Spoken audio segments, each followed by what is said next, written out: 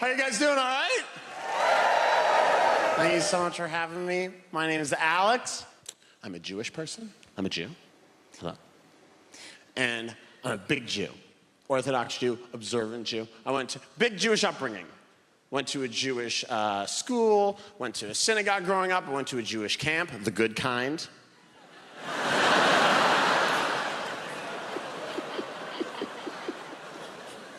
I remember the first time I was aware of being Jewish. I should have been aware like 8 days in, but you're not really around when they... I was at a children's birthday party, and not for my circumcision, I mean like a different time. That would be an awful children's birthday party. If your kid came home and you're like, how was the party? And he was like, there was the worst magician I've ever seen. And the goodie bags were fucked. I was at a children's birthday party. I'm like 5 or 6 years old, and I reached for a slice of pizza that had some sausage on it. My grandfather was there, and he slapped my hand away, and he said, you can't have that, we're Jewish. And I said, what does that mean? And I'll never forget this. He went, it means you'll never be happy.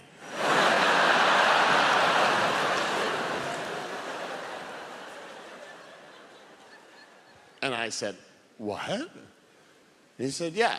It means that my dad runs over and he scoops me up because I'm starting to cry already. And he's like, thanks a lot, Ted. Okay, what your mother's father means is that you'll be part of this tradition of questioning things. And you always want things to be better for people who are less fortunate than you. And you'll never be satisfied with a status quo that's unacceptable. But I'm a child and he's an academic, so I'm not buying any of this. So I start crying hysterically and I went, I don't want to be Jewish! And my grandfather, still there, just went, and that's the most Jewish thing there is.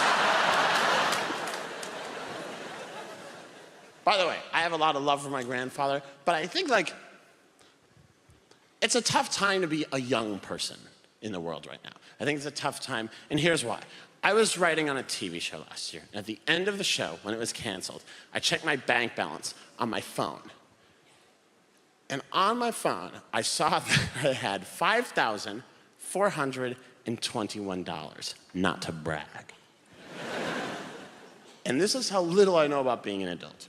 I saw the bank balance on the screen, and I thought to myself, with no irony,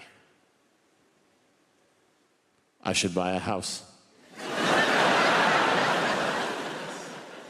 Not a big house, one of those small $5,000 houses. How is any millennial ever gonna own a home? How is any young person ever gonna own a home? It seems impossible, and it's made me hate old people. I see a few of you in here tonight. I hate you.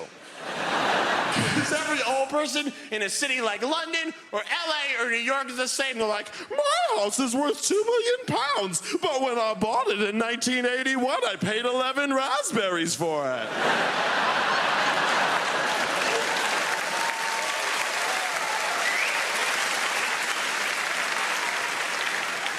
And every young person's like, I have 9 roommates.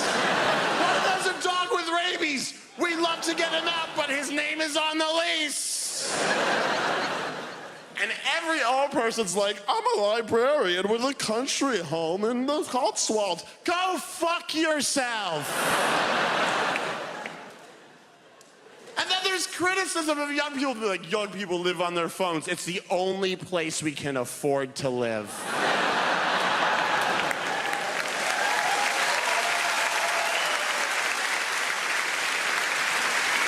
By the way, our governments are the oldest governments. Like, the US government has the 3rd oldest government in the world. It's Croatia, Mozambique, the United States, and the UK is 9th. The average age of a US politician is dead. All of our leaders are crazy old. It's a gerontocracy. John McCain died last year, the guy who ran for president against Obama the first time, and people were like, what a tragedy. What? They're like, what a tragedy. Gone too soon. He should have died 25 years ago. John McCain, when he ran for president, was the oldest man who ever lived. I'm not kidding, look it up. He's the oldest man who ever lived. Everyone he went to high school with was killed when the meteor hit. John McCain is in the Bible. If you open up to the second page of the Bible, there's McCain killing his brother McAbel. He's crazy old. I can't enjoy certain television shows. Like, I was watching SpongeBob SquarePants with a younger cousin, 2 years younger. We love the classics. And I'm getting angrier and angrier because I'm watching SpongeBob and I'm thinking, this sponge owns his own pineapple? This sponge owns a 2-story pineapple? Oh, he must be a banker. He's not a banker. He works in a fast food restaurant. And his neighbor works with them in the restaurant, lives in an Easter Island head. That's a listed building. There's no way he can afford that. The biggest pride and joy in my life is my baby.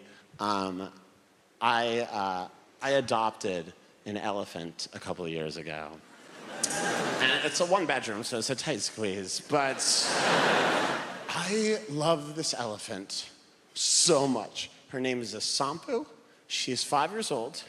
She lives on the David Sheldrick Wildlife Trust in Kenya.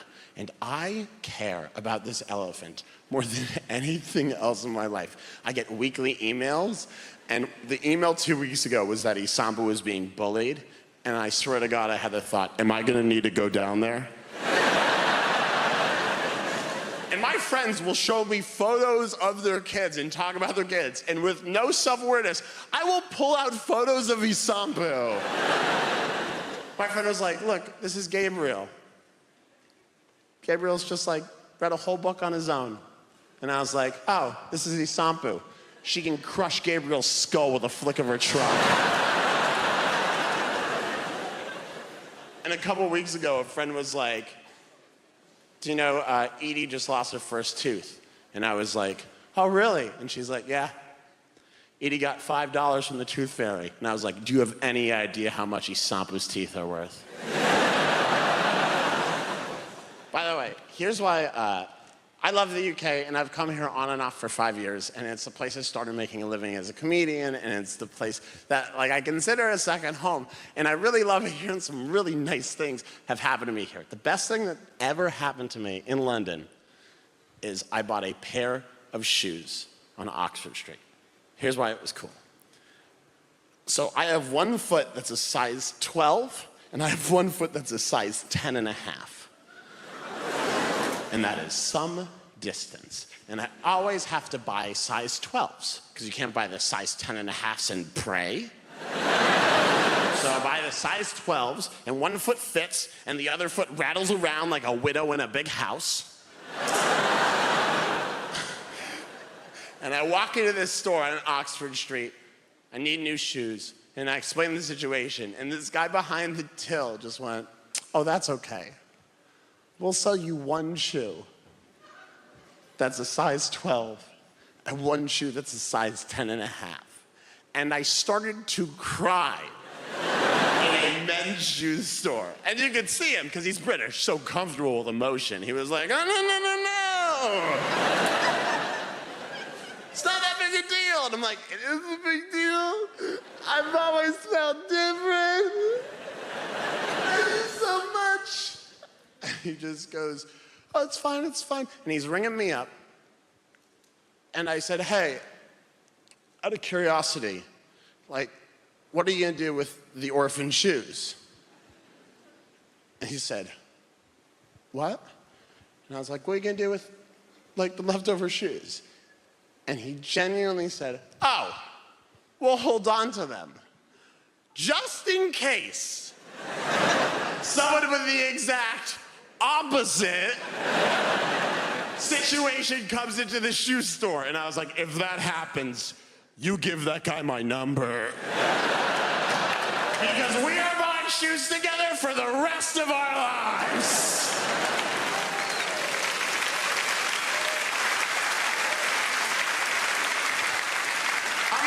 Tom, do you want to learn how to ice skate? Because this only works if you're all in, baby. My favorite thing about the UK, my absolute favorite thing about the UK is Greggs. That is my favorite thing that you guys have going for you. Greggs. Greggs the baker. It is so good. Yes! Here's why. Greggs doesn't pretend to be anything else. It knows what it is. You walk in, they're like, hi! Welcome to Greggs. What food would you like to eat? And you're gross, because you're in a Greggs. So you're like, can I have 12 donuts for £1, please? You're like, yeah, do you want a Diet Coke with that? It is breakfast. Here's how Greggs got started. Someone kicked in the door to a board meeting and was like, hey, everybody.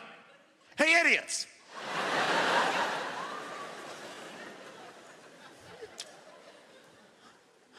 Let's sell pastries.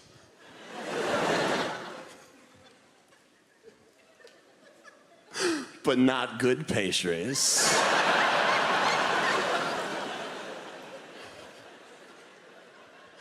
And everyone was like, Greg.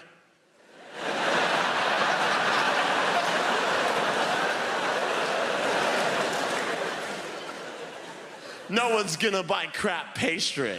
And he's like, we'll see about that. I'll build an empire! And he did, and it's a masterpiece. And you're the same as the people who work there. You're unhappy, they're unhappy. You're gross, they're gross. You're not wearing gloves, they're not wearing gloves. You guys have been so great.